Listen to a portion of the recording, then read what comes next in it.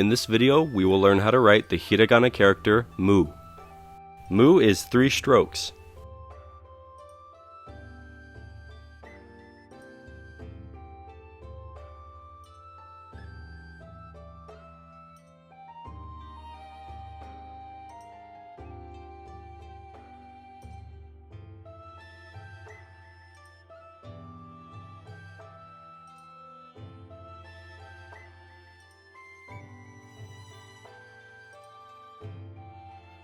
The first stroke begins with your brush pointed to the left, coming up diagonally to the right.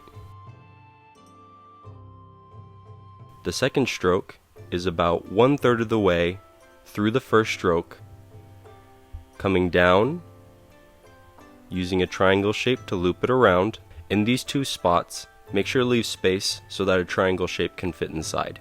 And the third stroke begins about level with the first stroke, coming down to the right. If you enjoy our videos, please support us by subscribing to our channel.